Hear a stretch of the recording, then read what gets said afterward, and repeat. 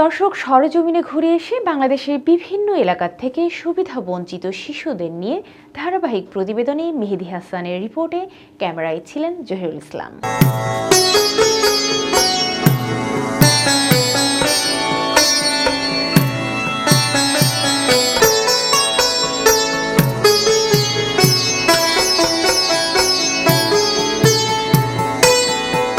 আমি সরসান্দ তালিমুল কোরআন হাফিজা মাদ্রাসায় পড়ি।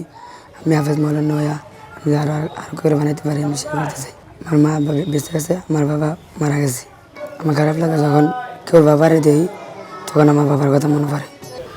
বিসমিল্লাহির রহমানির রহিম, আলহামদুলিল্লাহি রাব্বিল আলামিন।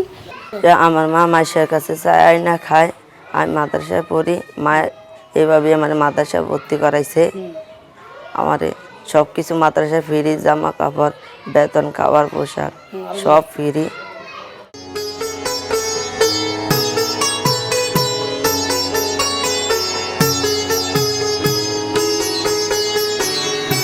শিক্ষক হইতে যাই, আমি আমার মার কাছে আছি। আমার ভাই আমার দেখাশোনা করে, আমার বাবা।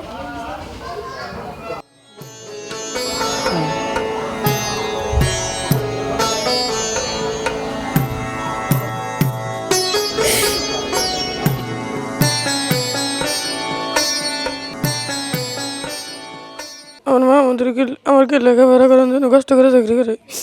আমি লেখাপড়া করে আবেদে আমার মার কষ্ট মুছে দেবো। প্রথমে আমার কাছে যখন ছাত্র আসে, 3 জন ছাত্র আমার কাছে ভর্তি হয়। তো তিলে তিলে একবারে আমরা এখন প্রায় 80+ ছাত্র উপস্থিত আছি।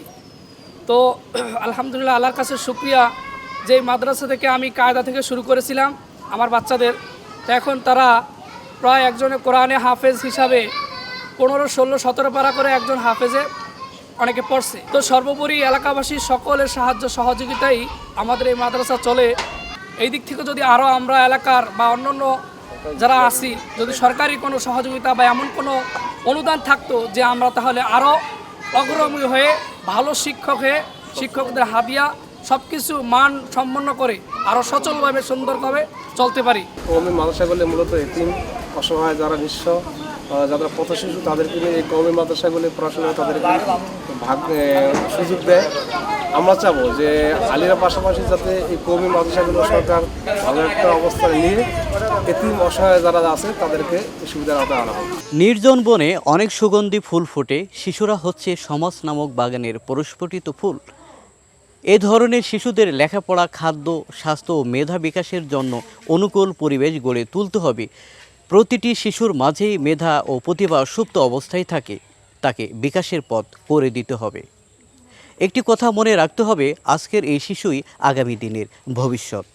দর্শক, দেখতে দেখতে সময় শেষ হয়ে এলো, এবার বিদায় নেয়ার পালা। দেখা হবে আগামী সপ্তাহের বৃহস্পতিবার দুপুর 1:25 অন্য কোনো এলাকা, অন্য কোনো শিশুদের নিয়ে। সে পর্যন্ত ভালো থাকুন, সুস্থ থাকুন, এটিএন বাংলার সাথেই থাকুন। আল্লাহ হাফেজ।